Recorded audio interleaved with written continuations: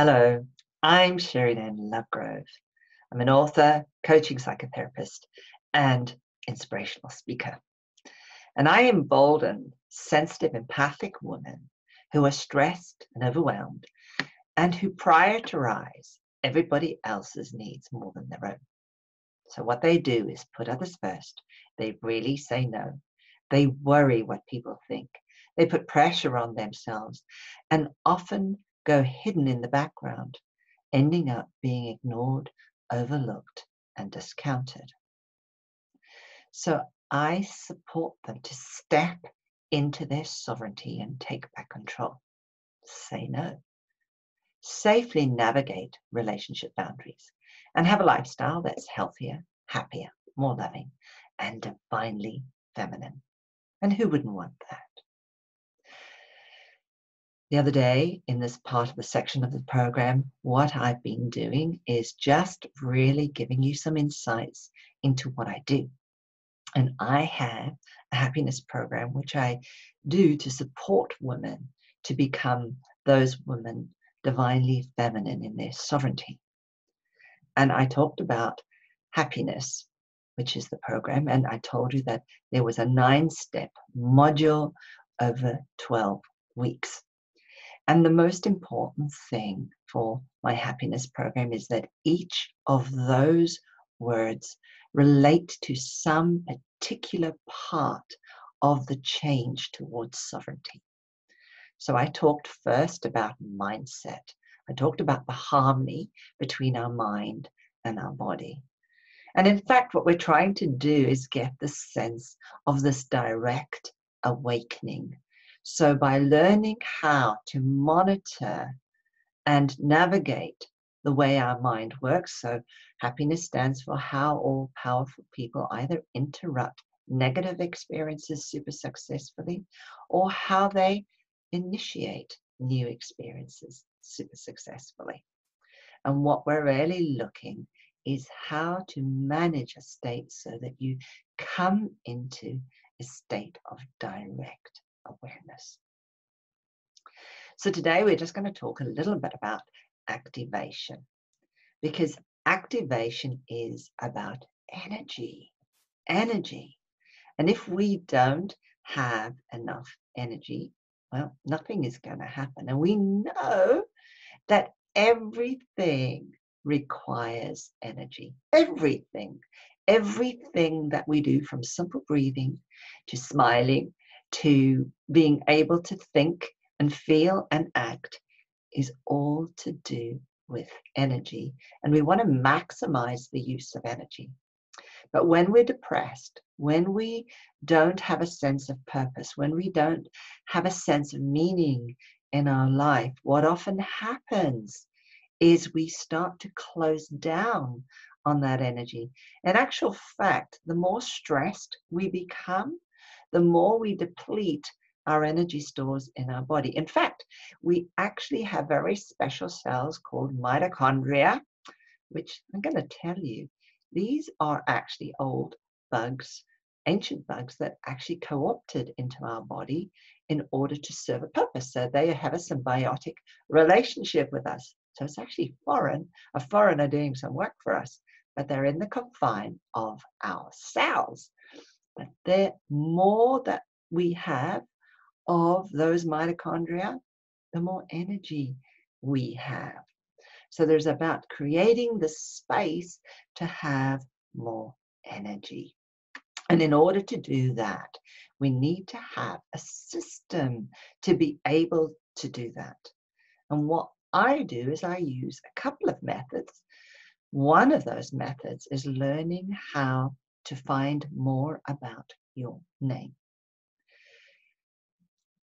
The interesting thing about our name is that it carries an energy. It carries an energy of what your parents wanted you to be. So a little bit about what they've created for you. It carries an ancestral energy, and it carries the energy of your life learning. And that's really key, because how you relate to your name is really important. and how you relate to maybe the learnings that come with that name is also equally important. And I've started to really explore this subject very much about how our name is, because I know that we can heal just by paying attention to our name. So going in and exploring our name starts to free up energy. It starts to activate us, but it also starts to open up space so that we can start to see the patterns in our life. If we don't necessarily just stay on your name, what we might do is look a little at your life story. So the stories of what you learnt, what you believe in, the kinds of things that, the big major decisions you made in life. What happened there? And what's the learning that you know now as a result of that? Was it a good decision? Was it a decision that bothers you? And what do you want to do now? What's the next step now that you've been activated? These are the kinds of things that we do in understanding a little more about how to activate energy. Because we are light beings. And as light beings, we have to have energy. We have to free the energy. I love to think about it is seeing light going right through our cells so that we become these beings of light, which we essentially are. And I really like the one truth that we know now is that when a sperm and an egg actually, the egg gets fertilized by the sperm, there is a shoot of light. There is a shoot of light. That scientifically, that exists. So we are beings of light. But what happens over time is we close down. And when we close down, we start to separate from our source, from our being state, which is light. We start to cover the light in lots of different ways. And part of being activated is to get that light reinstated. And when you start to reinstate light, you feel lighter, brighter, and your body starts to work a lot better. You start to see there aren't any limitations. You start to feel connected, and you start to see that you have a future. And these are all very important things. So if this is something that you want to find out more about, well, you could come on to Sharing Lovegrove's Happiness Coaching Program. I've got a Facebook program that you can come on and just listen to some of the posts that I put on there. You could either go on my website, sharinglovegrove.com, or you can see me on Instagram. You could message me, or you could actually email me at sharing@sharinglovegrove.com. And then what we can do is we can set up a meeting and we can see whether the way forward would work for you.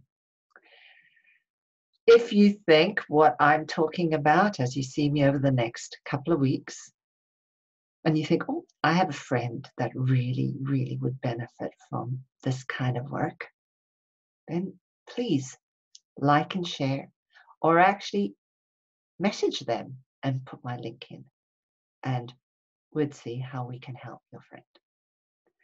Take care, and I look forward to speaking to you soon.